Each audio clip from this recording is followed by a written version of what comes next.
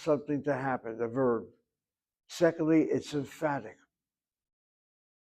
And that word emphatic means strong. When you say bless, you're not talking of a simple action. You're talking of a very strong action.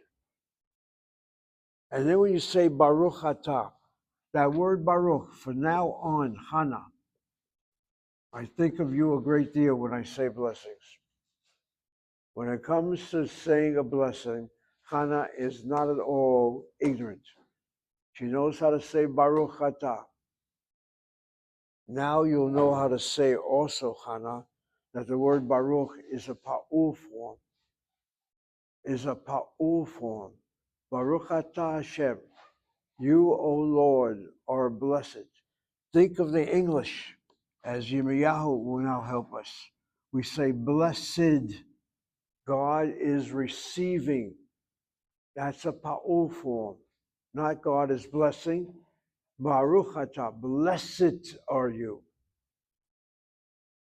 Ain't that interesting? In English, you'll have the translation, blessed are you, O Lord our God. I guess something like that.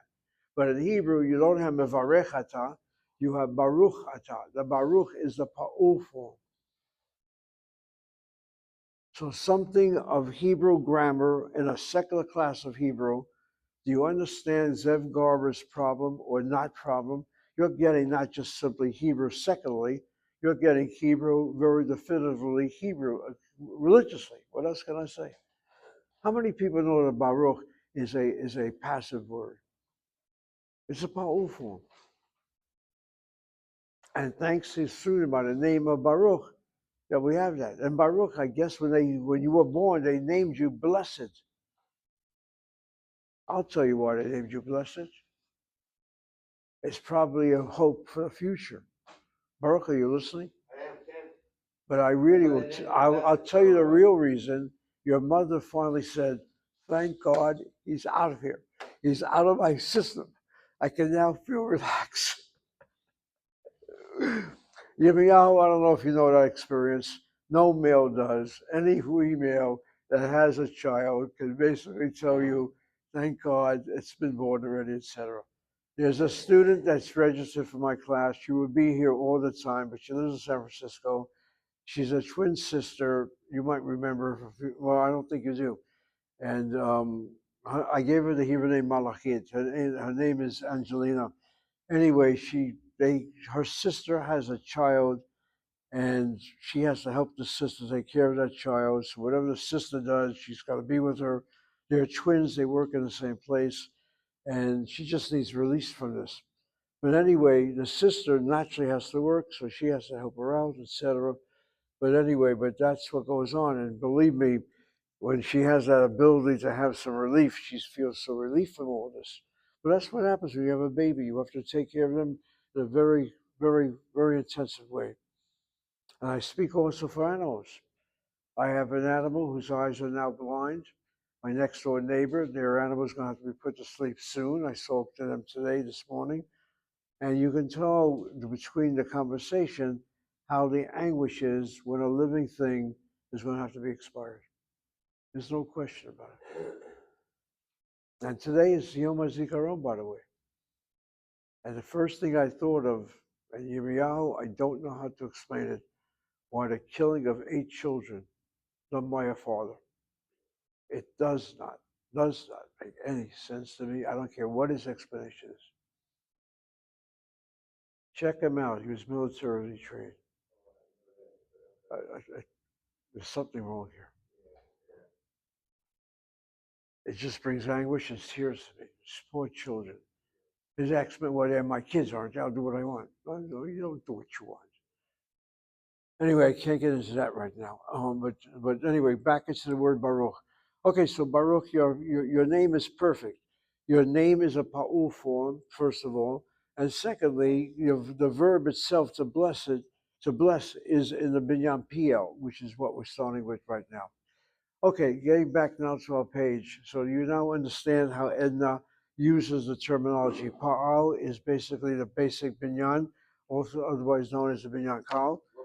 We're located on page 112, and we're now doing the P of conjugation, which is the so-called in my language, the emphatic conjugation, how much more so when you have the verb to bless. It's not just simply a simple gesture. Blessing is something that's very, very emphatic. When you bless something, bless me, this type of thing. And then the example that she cites here of the word melamed, on the bottom of page 112, she mentions the contrast between to study and to teach, and then the conjugation itself found on page 113. Melamed is an example of another usage of a PL. A PL verb is not only a verb that implies emphatic action, but it can also be a verb that suggests causing something to happen. I think melamed is a good example of that. Why so? The word melamed in our English is to teach. The concept to teach is not the same as to learn. Teaching is causing somebody to learn. My role is the role of a teacher. My role is the role of melamed, to teach. Your role as my student team is sitting and learning. So my effect is to affect you to learn so that one day you will take over what I'm doing and you will teach another as well. So I can see a beautiful association between to learn and to teach. And then there is the other word. A melamed is one who is a teacher. But that word melamed also becomes one who is a student. So let me get that straightened out right now. You have the word talmid, that's a basic word, a student.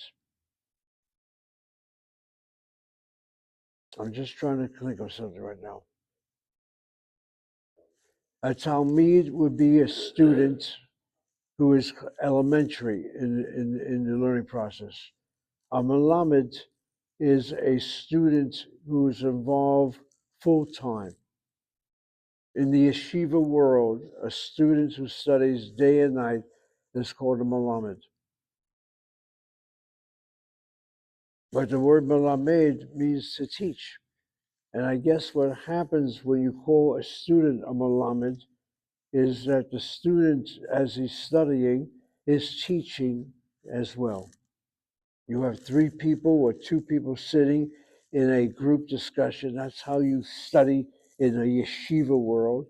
And it's discussion back and forth, going over the same word back and forth, looking into different interpretations back and forth. So you're studying and you're teaching and you're studying. On the other hand, the melamed can be a teacher of children. So it has multiple meanings to it. But then there's another word, moreh. And the question now is, where do you draw a distinction between a moreh and a melamed?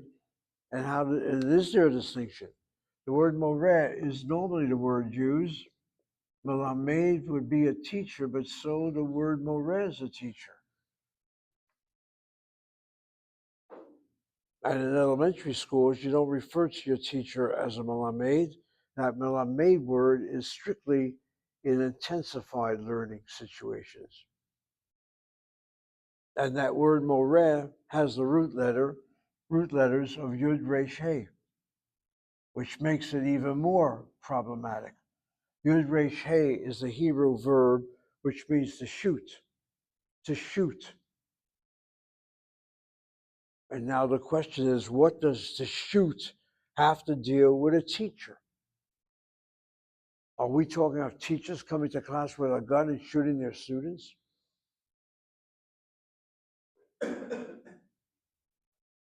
I mean, you have the reverse now. It's not just something rare. It's happened the last couple of weeks where students come to a school where they graduated from or attend with a gun and start shooting in the classroom. You got this going on now. And I'm told to take classes now in self-protection. This is a school requirement now. I'm going to have to learn how to protect the classroom from shooting. You don't know it yet. You'll be informed about it. That's what's come down to. But in a more direct fashion, what is the connection between to shoot and the word teaching? And then if you want to go further, the word Torah. The word Torah and the word moreh and the word to shoot are all related. Torah we translate as teaching. Torah gets mistranslated as the law by a lot of people. And Torah's root means to shoot. And I guess the idea is it's like a bow and arrow, and you aim at your target and you shoot that arrow and it hits the bullseye all the time. That's what Torah shooting is all about.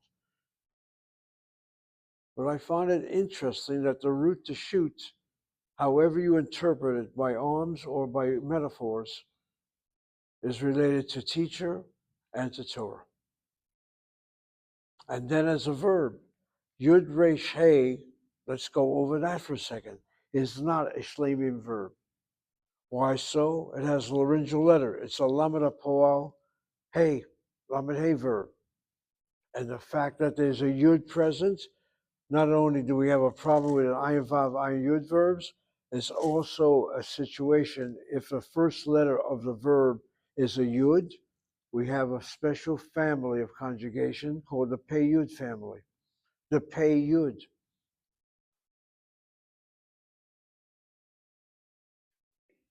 Let me give you an example of that. Again, I'm going all over the place, but I think you have to have a feel that Hebrew verbs are very complicated. The verb Yud Resh Hey is the verb to shoot. The verb Yud Shin Bet is the verb to sit. What they have in common, they are Pei Yud verbs. But the Pei Yud, Yud Resh Hey is also a Lamed Hey verb. So in the so-called infinitive, its form becomes lirot. That's the infinitive, to shoot. The Hey letter comes all of a sudden Cholam Tav. Lamed Hey verbs lose the Hey at the end and they become Cholam Lam, Cholam Tav. Take, for example, the verb Chaya, the verb to be. The infinitive is liot. Let's write it better. Liot, to be.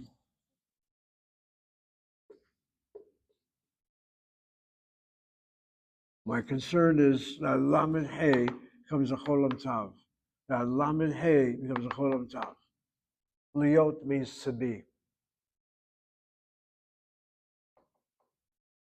See how I point that Pei Yud, Lirot? That Yud all of a sudden becomes a sign of a long Kirik. I take the Yud Shin Bet, and its infinitive is Lashevet. That La does not look like anything like the Li. How come? They're both Pei Yuds.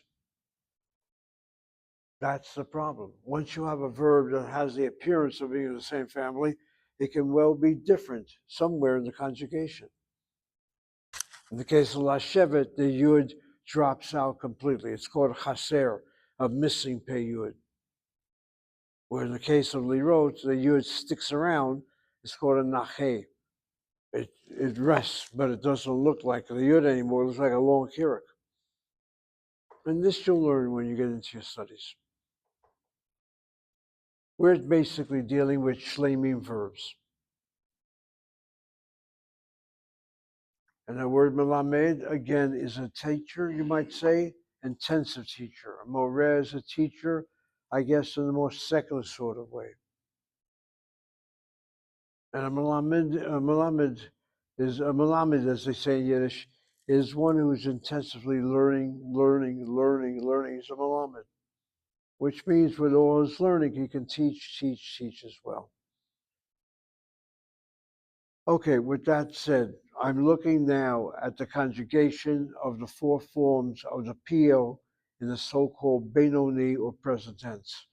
Yaniatahu Melamed could mean the translation, are you he teaches, or are you he am a teacher. Ani Melamed means I'm a teacher.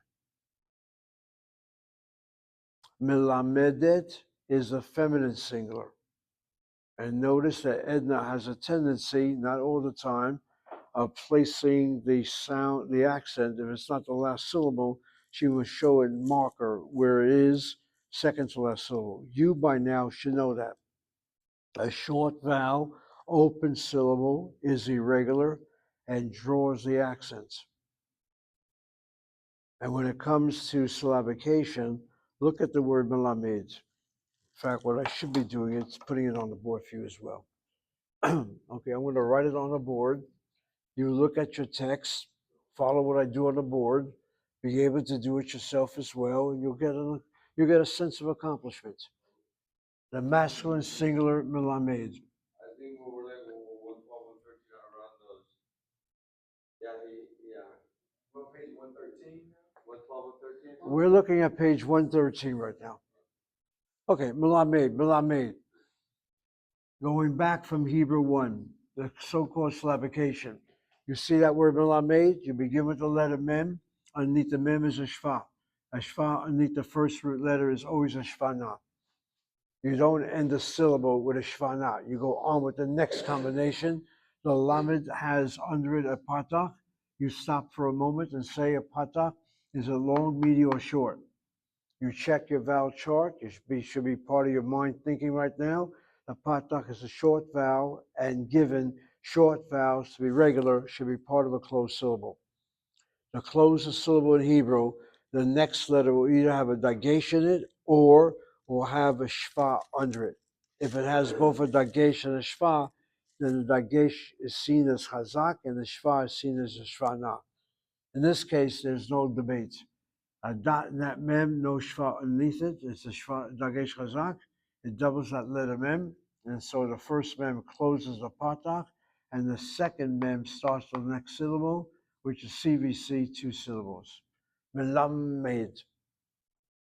Question: where is the accent? Rule of thumb: accents in Hebrew, Sephardic pronunciation, last syllable. But then it may be a reason why the accent should be the syllable before, if you have an irregular situation, as in the case of melamed. Furthermore, you can go further with your analysis. See that sere? That sere is a medial vowel. I mentioned so many times in class, medial vowels attract the accent. The medial cholam always does. The medial sere, 9 out of 10 times, it seems. The medial kamatz is either accented or one place removed from the accent. When I go to the feminine singular, you have a situation where the segol, melamedet,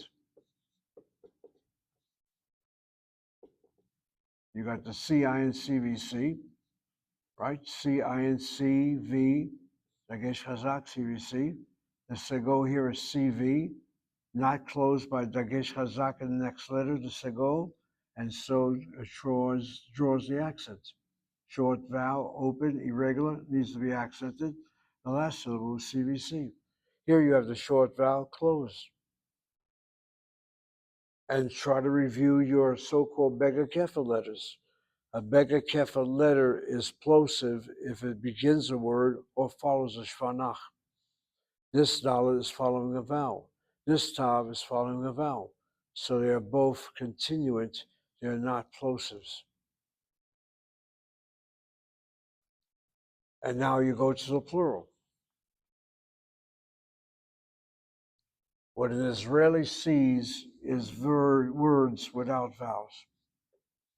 That's what they say. They'll say melamdim. They'll say melamdim. It's like you speaking English. Your English is incorrect. What is this reason? What's this reason?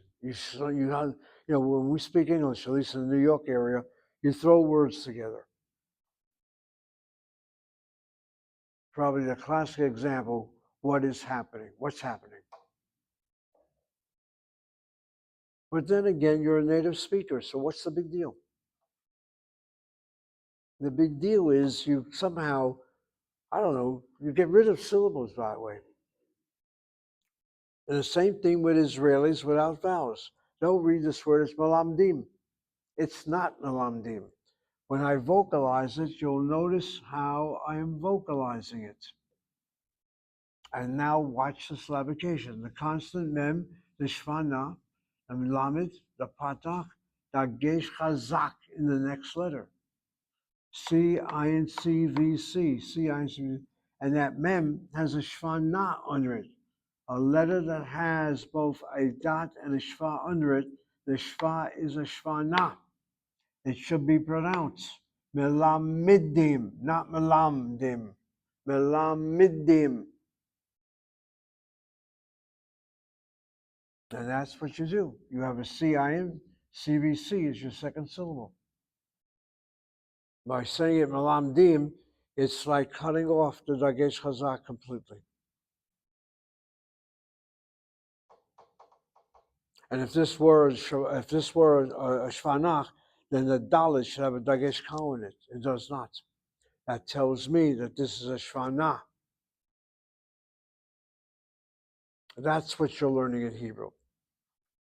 That's where most Hebrew classes don't even teach this.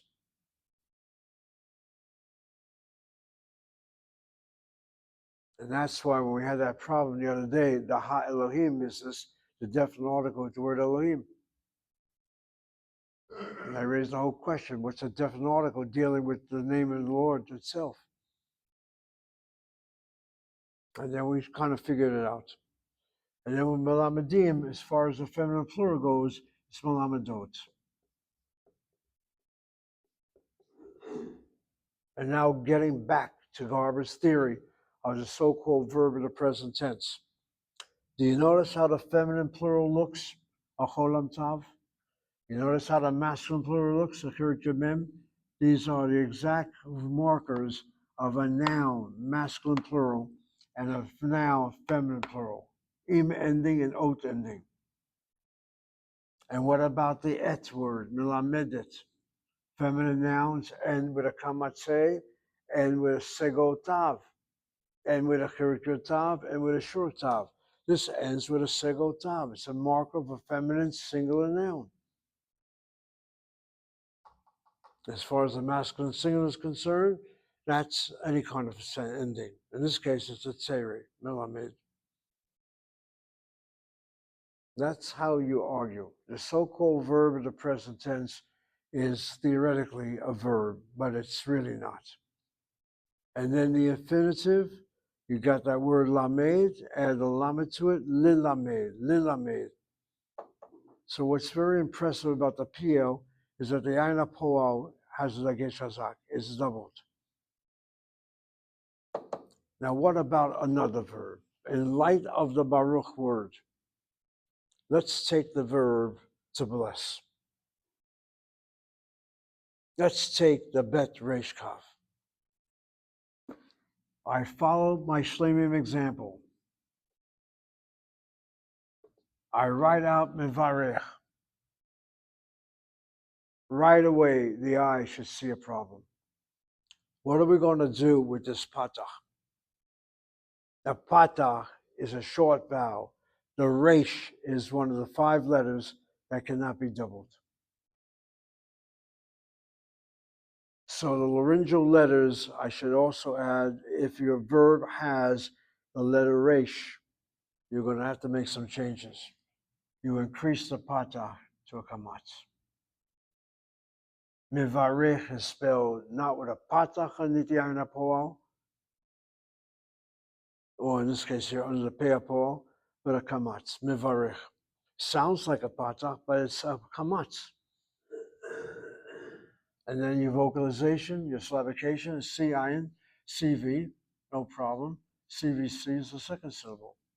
This kamatz is not a short kamatz. If it were, it gets an accent. It's a medial kamatz, one place removed from the accent. The spelling of the feminine singular is mevarechet. The change is a patak to a medial kamatz. As far as the plurals are concerned, mivarachim. Mivarachim.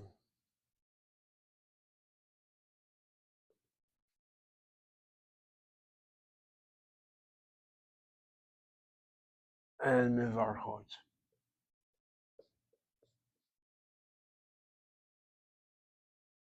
You see what I did? I changed the patak to a medial kamatz. And how do you say to bless? Levarech. You take that word lelamed. This is your shlemim example, the one that you use as a model. You then take the le,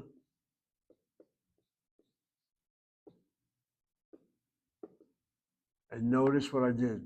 The first root letter is a bega kefa letter. I drop my dagesh kau, now following the line with a shvana. The patak cannot be because the resh cannot be doubled. So I increase the patak to a kamatz. The varech spelled the way you see it on the board. Dagesh call is the dot to emphasize doubling or accent. The dagesh kau is because a bega kefa letter cannot have a dagesh kau if it follows a vowel, including the half vowel shvana. If it were the first letter of the word, yes. If it follows shvanach, yes. So your name Baruch, it's the first letter of the bet. You have a dagesh kau there. We don't say Baruch, we say Baruch.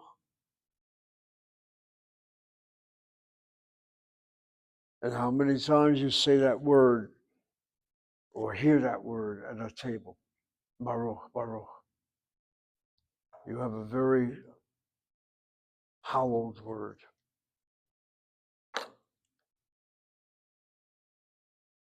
What can I do? What if you're not blessed? Get in there.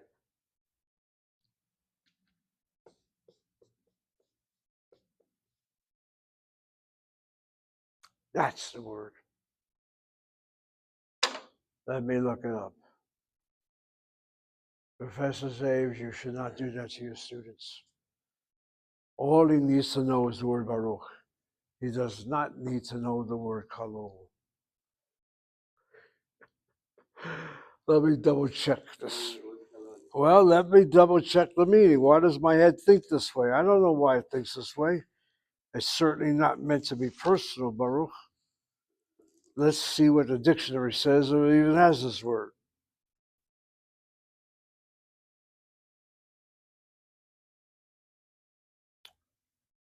Isn't that interesting? Does it have it?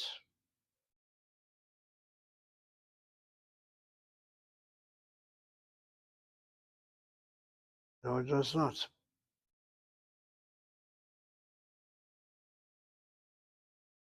Okay, hold off with that word. I could be completely mistaken on this. I don't think I am. But the word kalul, which means cursed, is not found in the dictionary.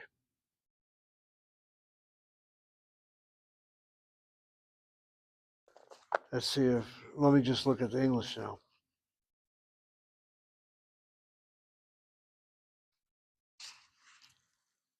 This could be my way of being reprimanded by the force beyond me. It's simply saying, Mr. Zaev, just teach your Hebrew and don't hurt your students. But Baruch doesn't get hurt by this.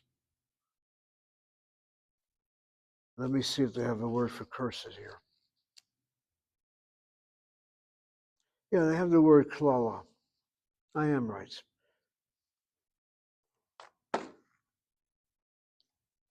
All right, let me teach you something about dictionaries.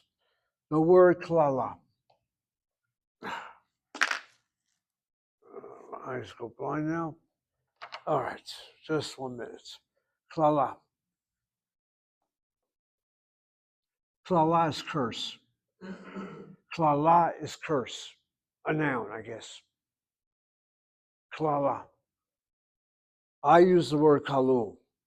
I'm using the shoresh kuf lamed lamed, and I'm vocalizing it in the pa'ul form, kalul, receiving the curse. Is the shoresh kuf lamed lamed a verb to curse? Yes. If that's so, then my dictionary should have kuf lamed lamed in the Hebrew as a verb. I think this is a very good exercise to show you how Hebrew grammar is used, noun-wise and verb-wise. Let me double check to see if there's a kuf lamed lamed as a verb.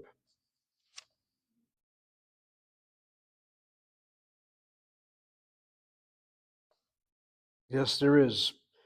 The verb kuf lamed lamed The vocalization given is kilel.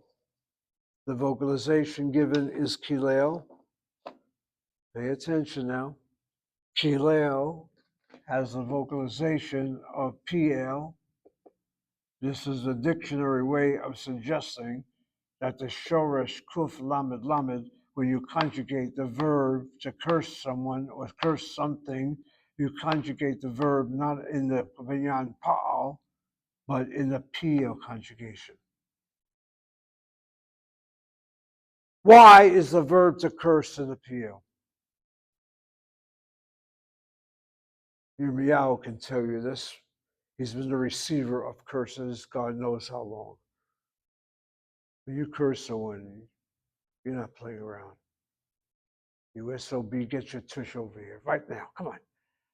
Move it.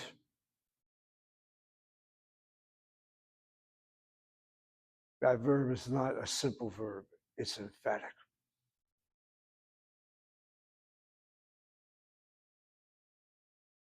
I'm sorry. Every time I think of Yirmiyahu, I think of the military. And today is Yom HaZikaron. You're giving orders in the military. They're all emphatic. You don't debate it. You don't argue it. You do it.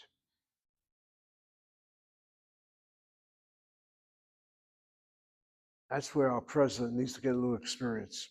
I don't think President Trump ever served in the military.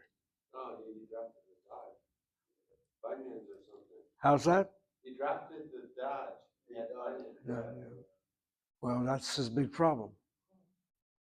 He can give orders, but you may be the commander in chief, but you ain't out there, mister. So you got to behave yourself with this. And the same thing goes with the Israeli IDF. Though I think they're much more disciplined as far as leadership goes.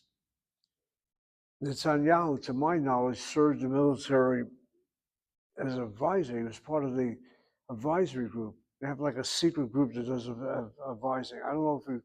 I don't know really. His brother certainly was part of the Uganda rescue team and was killed as a result. Anyway, I can't get carried away with that right now. Okay, so I am right in what I'm doing. The verb to curse, conjugating the PL form. The word kalul is one who is cursed, is a pa'ul form, and I was correct. The Baruch word would be blessed, and the kalul word, even though the dictionary doesn't have the pa'ul form, is one who is cursed. So the opposite of the word Baruch is kalul. And both verbs, the verb to curse and the verb to bless, are conjugated in the emphatic conjugation, which makes sense. To bless is emphatic, to curse is something emphatic, something strong. It's not taken lightly. Okay, with that said, we didn't have the three examples. I'm looking at page 113, Rina Melamed Rit. Rina is feminine, so you have the feminine noun, or in this case here, the verb form. And then the next one, the word hamoreh, milamed. Why should it not be hamorah? It can be either one without vowels, but the verb vocalized tells us it's milamed. So the word would be hamoreh rather than hamorah. The teacher teaches, hamoreh milamed et tashir. The word shir means song. The word shir also means poem. Yeah, add that to your vocabulary. She translates the word shir as poem. The word shir is also translated as song. In fact, for most people who use that word shir, it's a song. But then again, a good song is nothing more than good poetry. That letter et is the sign of the direct object that's definite. If it said here, Hamoreh Melamed Shir, the teacher teaches a song, you don't use et. But since it has the English the poem, direct object that's definite with a definite article, you need the et. The word et doesn't translate in English. And then He Melamdim Anglit, they are teaching English. Notice how I translate it. They are teaching English. She translates it as they teach English. The question I'm going to raise right now. The word English in English is with a capital E. The word English in English, like with any language, is a noun. French, Spanish, Hebrew, we capitalize it, they're treated as proper nouns. If that is so, then why the word et is not found in front of anglit? The word et should be before a direct object that is definite. A proper noun is definite. Let me repeat myself. Hemelamdim et anglit. Huh? How come? What do you mean, how come? Look at the English. English is with a capital E. English in English is a proper noun. Et is used before direct objects which are definite. So is Hebrew wrong? Let's assume this is scripture. And right away there's a problem. Like with the word Ha-Elohim.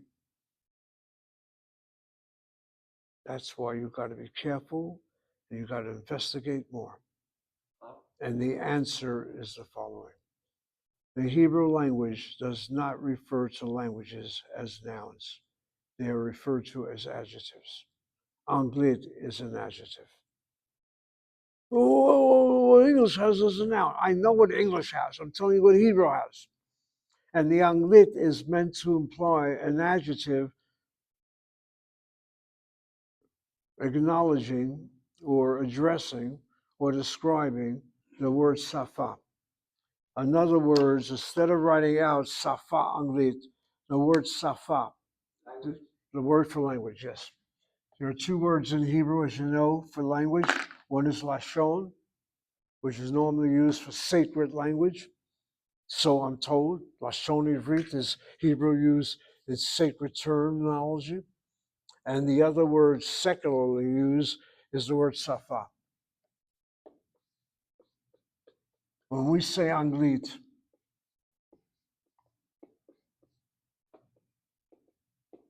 we mean safa. We don't mean Lashon. So it's understood.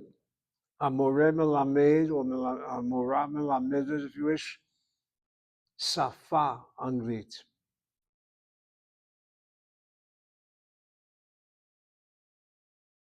Which translates in English as, without the word safa, teaches English. It should be teaches language English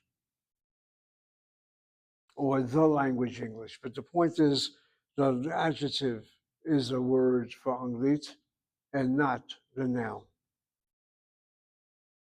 How do I know that? Because one day in class, I went over all those forms with you. Remember when I said that word ivri? Ivri is both a noun and adjective. Sefer Ivri is a Hebrew book. Ani Ivri, I am a Hebrew. When it came to the feminine form, Ivriya is the noun, Ivriya. And Ivrit is the adjective. Well, Ivrit is the word for Hebrew the language. I know it is, but it's the adjective. It's not a noun. Then the plurals are Ivrim and Ivriim. Would Ivrim be the noun, Ivriim be the adjective? And Ivriot is both the noun and adjective for the feminine plural and noun.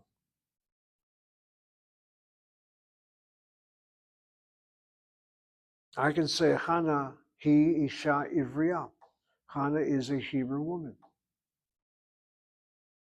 But that's incorrect. It's Hannah Isha Ivrit. If I want to say Hannah is a Hebrew person, then Hannah Ivriya. If I say Hebrew woman, then Hebrew is an adjective. Isha Ivrit. People don't speak that. They'll say Isha Ivriya. But when you say Isha Ivriya, you're using two nouns. You're not using an adjective and a noun. How many people have any sense of this? Nobody does. And that explains why the et is not there.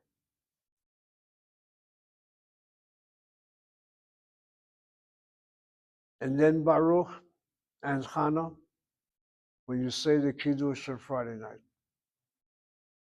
Has it ever dawned on you when you end the Kiddush, Baruch atah Hashem mekadesh Shabbat? Blessed art thou, O Lord, mekadesh. Stop it right there, Garber. Mekadesh, mekadesh, mekadesh, mekadesh. Sounds like milamed. It's a PL form. The shoresh is kuf daled shin. The conjugation as a verb is in the PL. Mekadesh is masculine singular. The root of that word is holiness, like Kodesh, Kodesh, Kodesh. Hashem Svaot. That word Kodesh is particularly important for people like Yirmiyahu. Kodesh is holiness.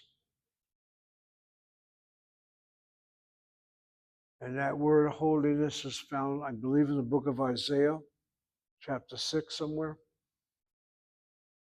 Holy, holy, holy is the Lord of hosts. And when Zev Garber writes on his Facebook, and Yirmiyahu, thank you for recognizing it, that we have a new group of Christians, Gentiles for Torah. What the Christian has to do is open up Isaiah 6. Kodesh, Kodesh, Kodesh. Once, twice, 3 times. Holy.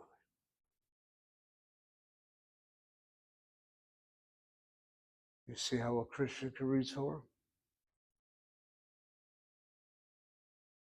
Hannah is saying, what's this now?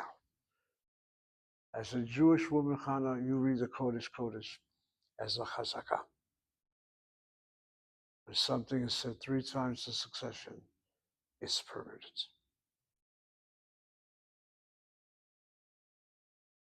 Two different communities, 2 different interpretations. They come out with the same result, sanctity and holiness. That's what Zev Garber can do. You don't have to dispute. The differences is what makes you unique. Anyway, I end my Friday night meal. I cannot tell you how many times I've said Mekadesh Shabbat. Before I was even 4 years old, I probably said the Kiddush at my father's table. Meaning what? I would imitate or imitate. Do you know there's something wrong there, Mekadesh Shabbat? First of all, why is there a definite article in front of the word Shabbat? Shabbat itself is with a capital S. Why do I need the definite article in front of a proper noun? Sanctify of the Sabbath. Well, in English, you might have it that way. I guess that's the attempt used to explain the ha for the Shabbat here. But if all that is a definite article, then where's the word it? I'm still left with that problem. I'm told from day one that et is used before the direct object, which is definite. This direct object is the name Shabbat itself, and now a definite article in front of it. Should not be Mekadesh et Shabbat. Why is the et missing? One logical explanation, which nobody wants to accept, is that maybe somebody left out that formula to begin with. And once something is repeated a few times, it stays that way. Don't make a correction. It's like finding a so-called error in the Torah. A letter is missing.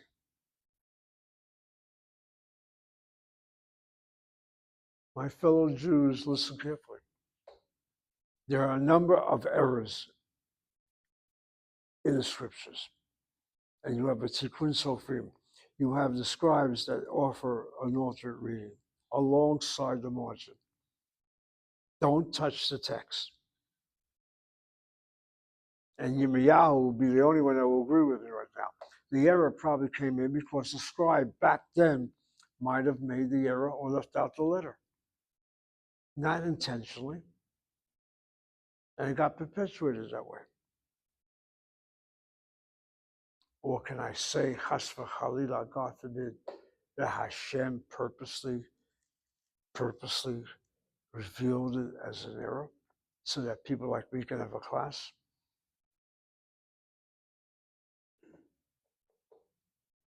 And to make it relevant to the three of you, every translation you read of the Bible, be very careful.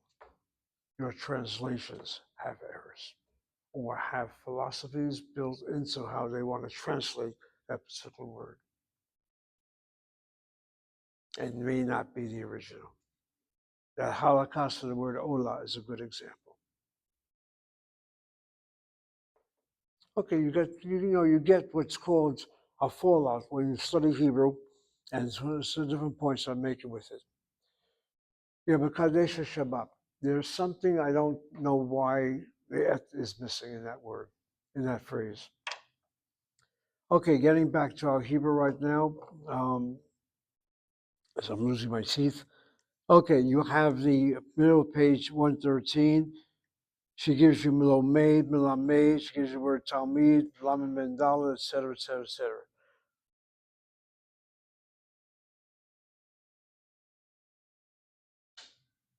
I'm thinking of a phrase called Talmud Torah. Talmud Torah. Yeah, let's just pick up on that phrase. Talmud Torah back in my day was a place where you studied Hebrew. You went to public school, and then you took classes after public school if you didn't go to yeshiva, and you studied, Hebrew lessons, particularly before bar mitzvah. It's called the Talmud Torah. A Hebrew school called Talmud Torah in America. Again, the word Talmud sounds like the word Talmud, but that's the phrase used, Talmud Torah, study of Torah. Okay, I'm going to have you now work on this a little bit. On the bottom of page 113, Hannah, read the example, and then you have different subjects working with the example to teach. Go ahead. Continue, next line. Okay, you can read it as Ani melamedet, which is what Hannah did, since the word Ani, the first person, both singular and plural, is male or female. And then if it's feminine, melamedet. If it's masculine, it's melamed. Each one of us is going to do three examples. Next one, Hannah. And the last one? That's right. In the case of Anachnu, no, you're right. You could say Anachnu Melamedim or Anachnu Melamdot. Depends if you want to go male or female, or just simply Melamdim. That's okay. All right, the next three. Yirmiyahu, you want to try it? On the bottom of Wait. Baruch, I didn't say Baruch. I said Yirmiyahu. Are we all together on page 113, the last lines now? She just finished with the Anachnu word. Haim. All right, Haim is they are. Haim. Oh, Haim, Maureen, All right, why don't you look at the chart above?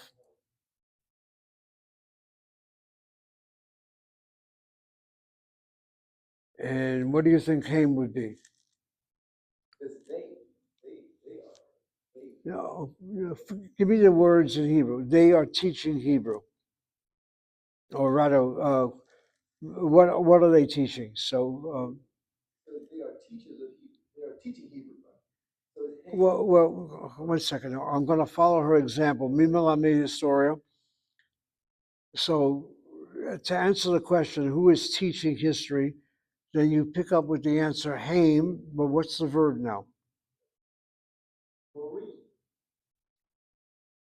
Are you following? Look at the chart above. You see the words, the masculine singular on Nakdor Temheim on page 113.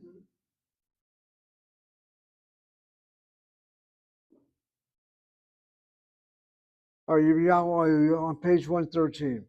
Look on top at the chart.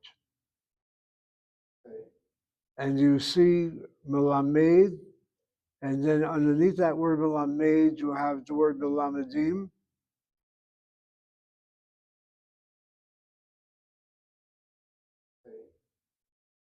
Okay, well, that's what you need to follow. The answer to the question, who's teaching history, they are teaching. So you pick up the word haim, as she gives it to us, and then the verb is conjugated for you. Haim melamedim.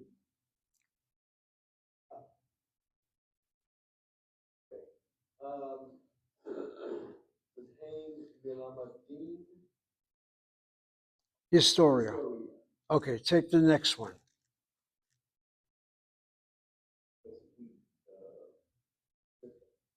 Okay, that's the name of a person. Her name is Rina.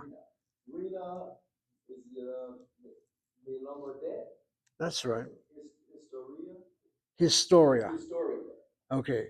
Rina Melamedet. Melamedet. If you notice the accent she shows you is on the second of three syllables on the chart above. That sego is a short vowel, open syllable, needs to be emphasized. Take one more.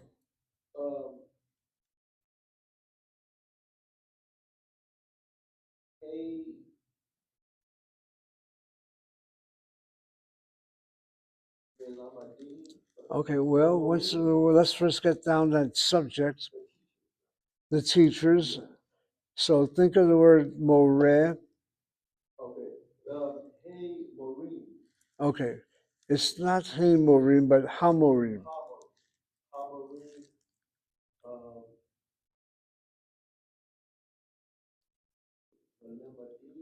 Melamedim.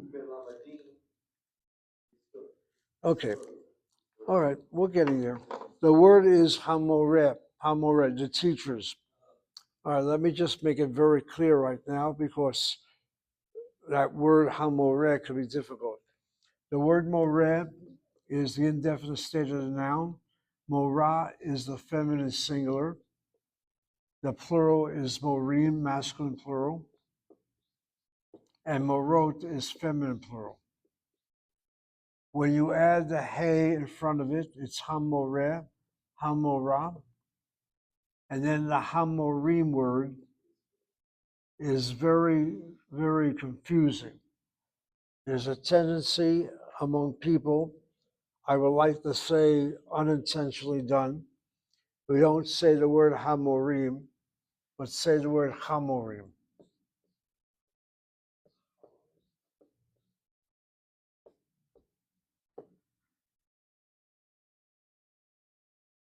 Hamorim.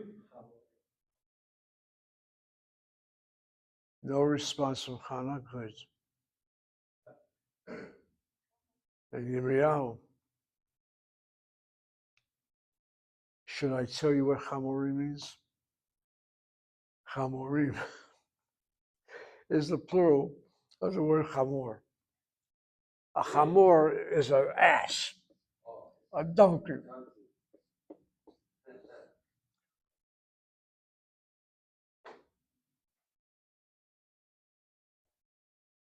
In reality, outside this classroom, you can use that word hamorim with all the pastors you know and everybody else. The word hamor is a donkey. And notice how notice what I wrote. Hamor with a chet. When I add the chirik yud mem, this kamatz is two places removing the accent, reduce the shvana, chet and I take a shvana, chatak patak replaces hamorim and hamorim. This is a hey, hamorim, and this is a chet, hamorim. The word haim, if the word haim is meant, then the word haim cannot be written that way. It has to be written individually. And then you go on, haimurim. Okay. Baruch, take it out, continue. Okay, so now we're going to, okay.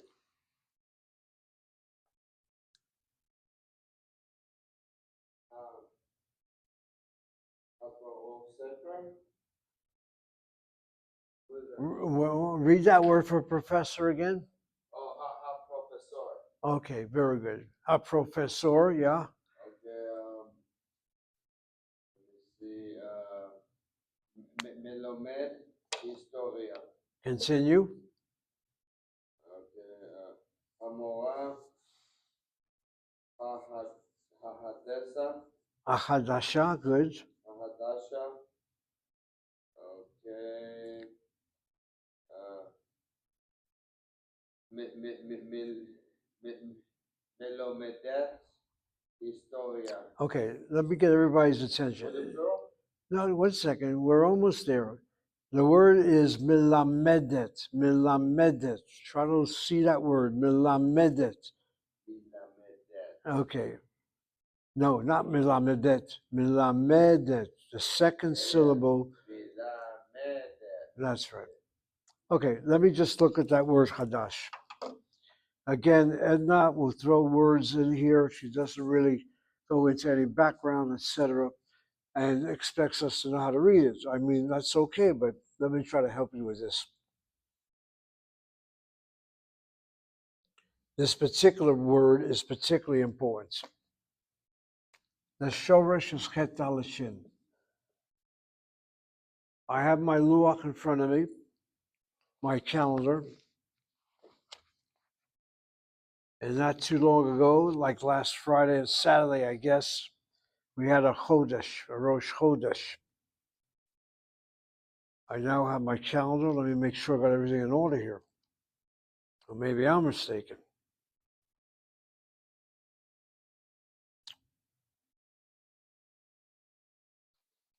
I'm looking at January. For goodness sakes, what's wrong with me?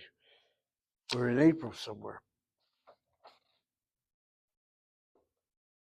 Yeah. The 17th day, which last Friday, I guess, was Rosh Chodesh. Saturday of last week was Rosh Chodesh. Today is the 21st day, Yom HaZikaron. I'm going to say something about that right now. Okay. The word Chodesh.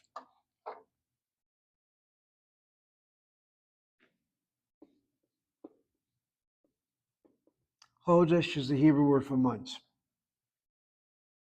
It has the same 3 letters as the word for new, N-E-W. Question, what's the connection? The so-called Jewish lunar year, part of the Jewish lunar solar, is not the Earth's circulation around the moon. It's the moon's circulation around the Earth's planet. According to what people tell me, it's roughly 29 and a half days for the moon to make a complete circle. The half day is now alternated by having 29-day month followed by 30-day month followed by 29-day month followed by 30-day month, whatever it is. If you count up 29, 629s, and 630s, you get 354 days, which is fine if you have a lunar year. But if you mix it in with a solar year, there's an 11-day difference still. So it's very possible to have 31 days, I guess. All I know is if the month that you're celebrating has a 30-day month, then the 30th day is celebrated as the first day of the Rosh Chodesh, the head of the month, or the next month. And it happened last week. Friday was the 30th day, and Saturday was the first day of the next month, and both those days were seen as Rosh Chodesh of the month that started on Saturday. Now, the vocalization of the word new is Chadash, masculine singular. When I have the words feminine, notice what I'm doing.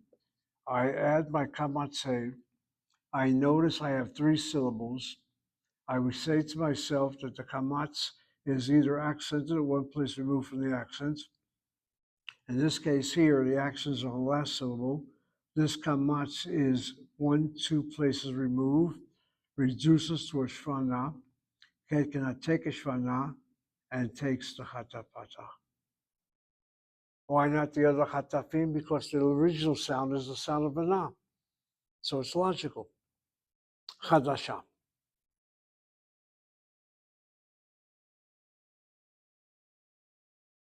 And any word that has the chet al shin, it deals with newness.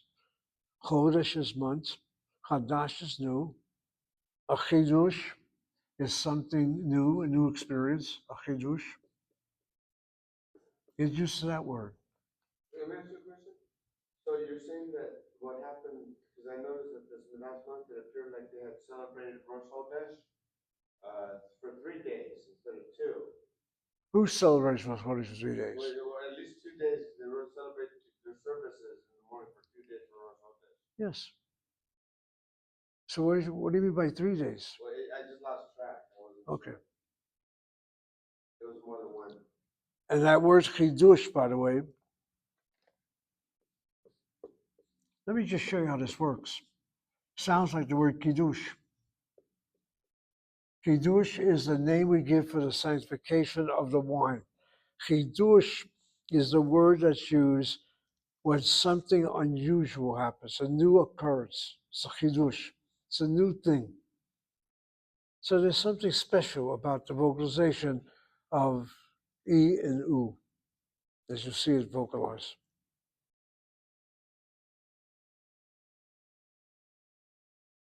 When you conjugate that verb, chet alashim, it's conjugated in the PL form, mechadesh.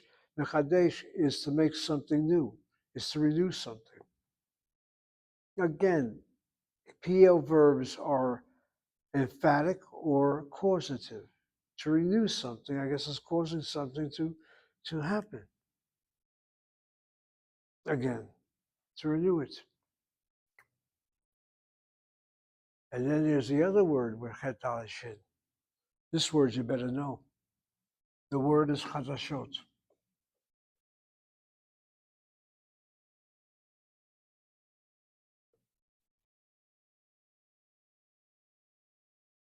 Chadashot is the Hebrew word for news.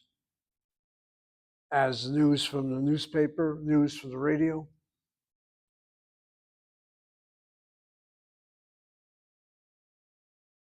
If I'm not mistaken, Chadashot as a noun in Hebrew is feminine plural.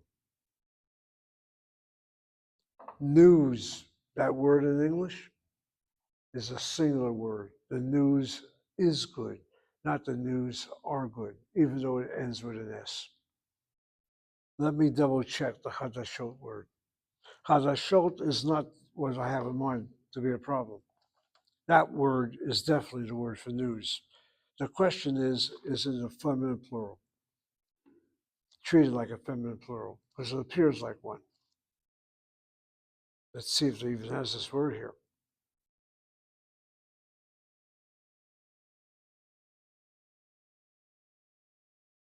As you're learning Hebrew, your professor is also learning Hebrew. The word chidush he translates here as news, a novelty. Novelty is better than news. Because that word news can be translated as news, like news out of current events. Let me see if he has the word chadashot here.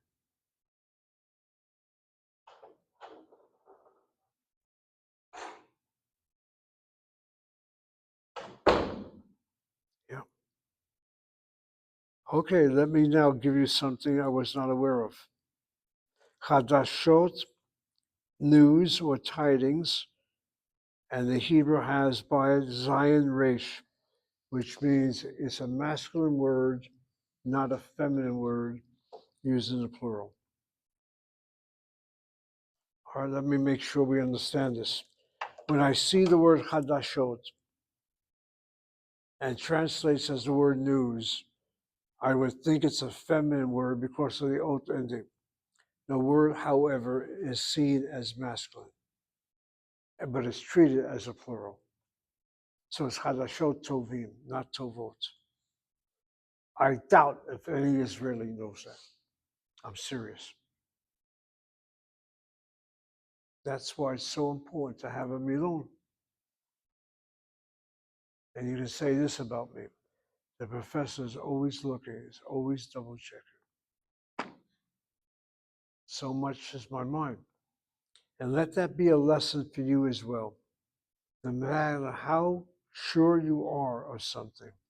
Well, I've always used it this way. I've always heard it this way. I know that. But is it correct? Are you really sure? How much more so, Yirmiyahu, when it comes to religious observance? And when I'm discovering among Christians where they're beginning to question whether this is actually biblical or imposed unbiblical. And before you know it, there's battles going on. No, I think that's a human error. We all make this mistake. All right, Baruch, the word Hadashot is word for news. The word is treated as a masculine plural word, not as a singular word. Not feminine plural? That word Hadashot in Hebrew. Yeah, not feminine plural? No, it's masculine. How would I know that? I checked the dictionary. Why did I check it? I just had a curiosity. I normally would never have done that. Okay, let me just pick up with another word right now. Should I go to this last one on time? I'm sorry? 8:10? Because I had one more to do. Yeah, why don't you finish that and then I want to talk about Yom HaZikaron before we have a break. Go ahead, continue. At 10,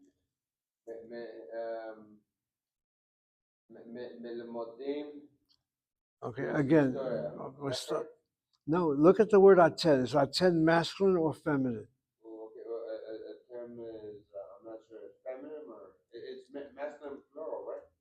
No, it's feminine plural. Oh, feminine plural. All right, look again at your subject pronouns above. That will help you. Yeah, oh, okay.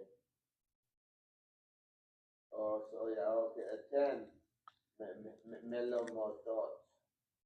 Melamedot. Melamedot. Okay, we got to get in the habit of saying the Dagesh Chazak.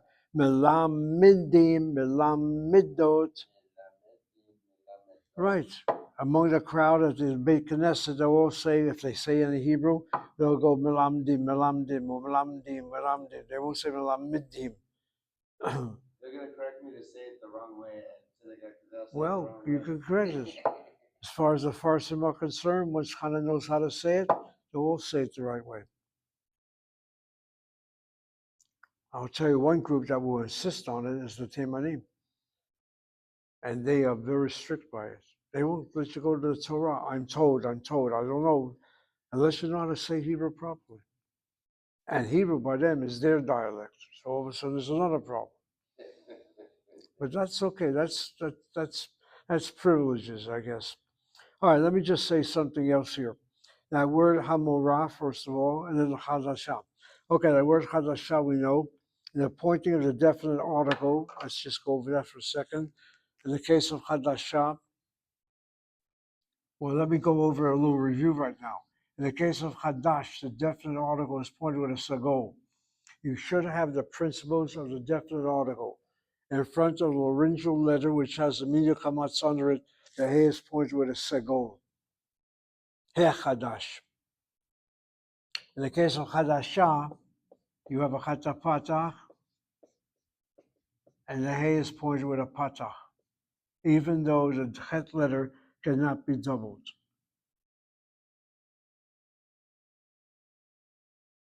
Question. Why not a medial kamatz?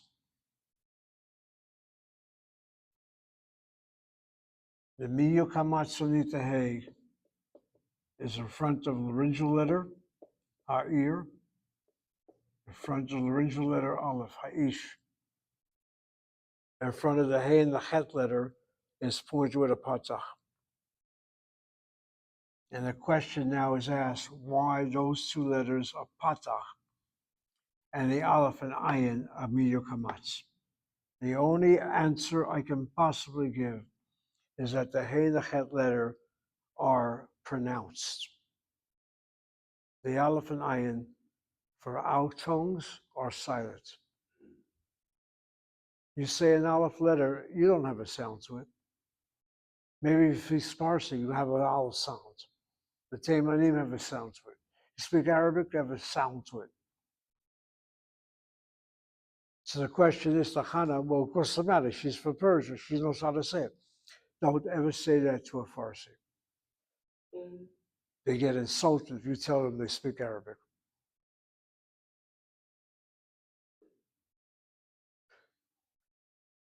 Thank God, Hannah, you're part of our tribe.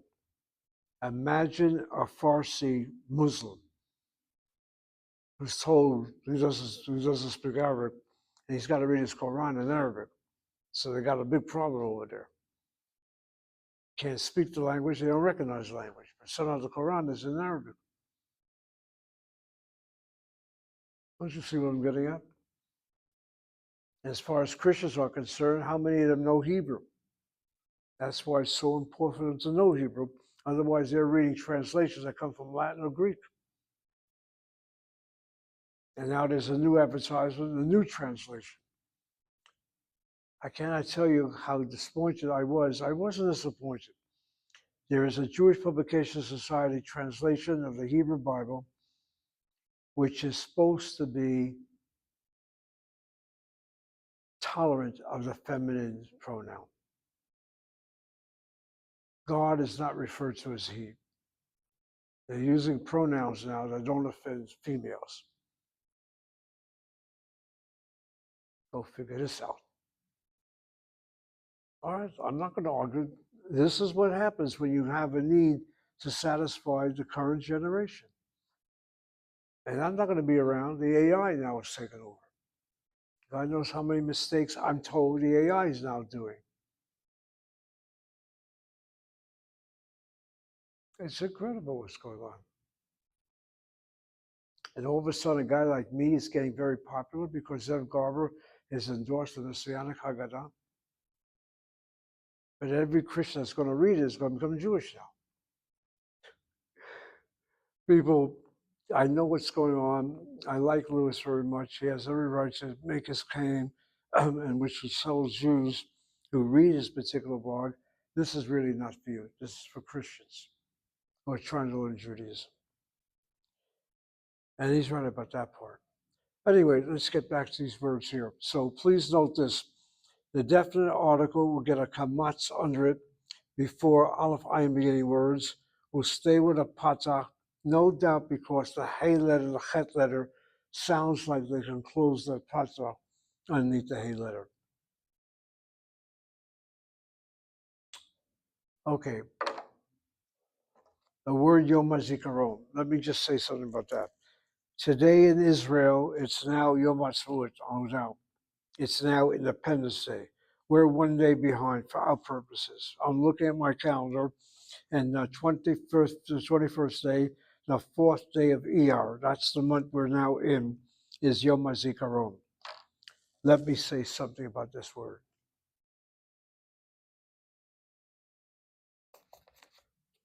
I think you're going to appreciate it because a number of the things I'm going to point out, we already have studied. First of all, the spelling of that word. The word Yom is the word for day. Ha is a definite article. Zikaron.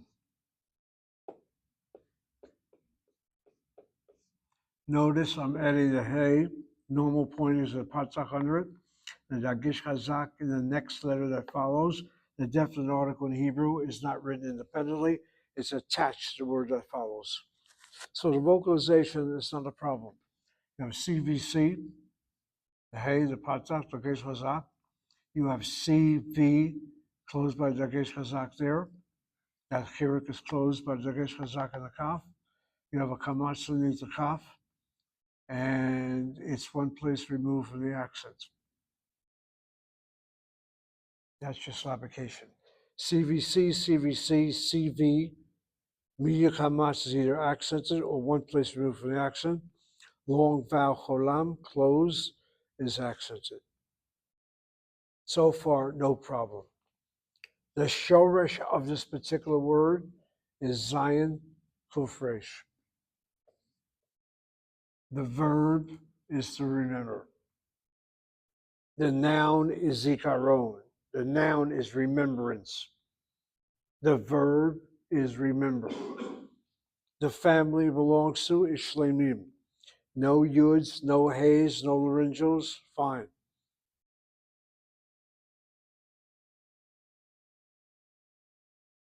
And then we are told the following, that Zion Kaf Resh can be pointed as Zachor, like Shamor. I cite those 2 pointers because of the 10 Commandments.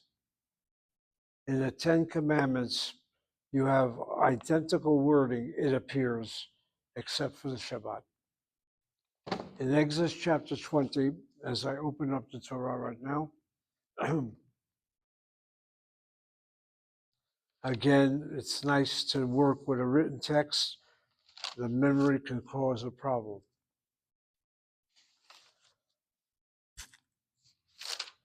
Exodus chapter 20 is one chapter which has the commandments.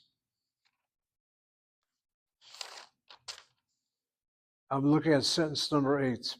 It has Zachor et Yom HaShabbat. Yeah, look at this word. It says Zachor et Yom HaShabbat. It does not say Zachor Yom Shabbat. It doesn't say Zachor HaShabbat. It has that et word there. So why is it in the Aseret Dibro you have the et word before HaShabbat, and in the Kiddush of Friday night or holidays you have Mekadesh HaShabbat? You don't have the et. I don't know. I have the word Zachor. That word Zachor I mentioned to you a number of times. In Deuteronomy chapter 5, you have the same Shabbat commandment, only it says Shamor. Here it says remember, and in Deuteronomy it says observe. The vocalization is with a kamatz. Your translation to observe or to remember sounds like a command. A command should be zichor, spelled this way, I might add, and shimor, spelled this way. This is spelled zachor, and this is spelled shamor, a long cholam, not a medium cholam. But more important is that kamatz. This is really not a command. This is a pa'ol form. Get down that word, pa'ol. And any shlemim verb that has this combination, pa'ol, is an emphatic infinitive. It's not a command to remember. It is a command we know to remember. And there are classic examples in the Torah. When Esav heard his father passing him over, Esav did not bacha. Bacha is the third person past tense, he cried. It has the phrase bacho bacha. Has that word bacho. He utterly cried. He just fell apart crying. He emphatically cried. Bacho bacha. And I guess what I'm trying to say about the Shabbat commandment is a commandment that's not commanded. We choose to follow. We choose to observe. We choose to observe, to follow or to observe. Zachor, not Zahor. Shamor, not Shimor. And I guess I can say the same thing about Yom HaZikaron. The Yom HaZikaron is not just simply those who fell in Israel's establishment of a state, but all who died, actually, defending or were victims of Israel's wars and to this day. It is an extremely, absolutely mournful day in Israel. And then comes sunset, everything changes completely around. There's no separation. In America, we have Memorial Day, we have Independence Day, they're not back to back. And the only lesson I can give you from this You cannot continue life with mourning that doesn't end. You've got to end the mourning. You've got to put a stop to it. You don't forget, but you can't keep on living this way.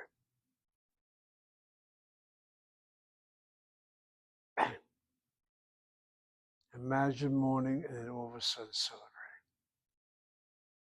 How do you separate the two?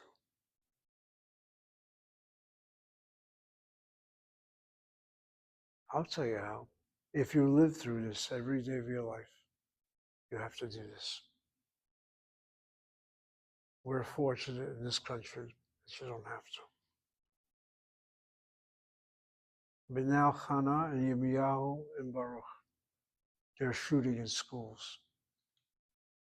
A father, disgruntled with divorce, kills his wife and a neighbor, who knows who the neighbor is, and kills the children.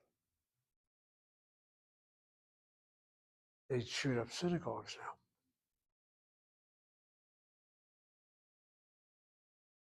And when you have a black minister saying, in effect, Jews are hardly anybody as far as their numbers go, why is there no clamor about what's happening to Jews? He's a black man talking. This point is, blacks are millions, Jews are a few.